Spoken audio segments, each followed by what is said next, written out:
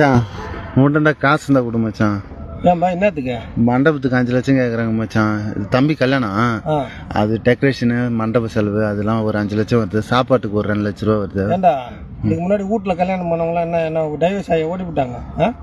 வீட்டில் கல்யாணம் பண்ணுங்கடா, மண்டபத்தில் பண்ணியாண்டா 5 லட்சம் 6 லட்சம் யாருன்னா சாப்பிட்றாங்களே, அந்த சாப்பாடு நல்லா இருக்குதுன்னா சொல்கிறான். இந்த பக்கம் வரான் பார்த்துட்டு இந்த பக்கம் பூந்து அந்தாண்ட போகிறான். நீங்கள் கல்யாணம் பாடுறவங்க பூரா வந்து உங்கள் கல்யாணத்தை பார்க்க வரோம். அவன் சொந்த பண்ண அவங்கள மீட் பண்ணுறதுக்கு வரானுங்க.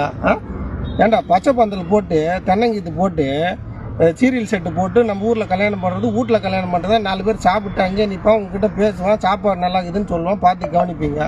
மண்டபத்தில் போய் கொடுக்குறீங்களே, அந்த மண்டபத்தில் கல்யாணம் பண்ணால் உங்களுக்கு 5 லட்சம் 10 லட்சம் நாசமாக போகிறீங்கடா. வீட்டில் கல்யாணம் பண்ணால் நல்லா இருக்காதா? வீட்டில் கல்யாணம் பண்ணால் 4 லட்சம் மிச்சமாக வேண்டாம் உனக்கு.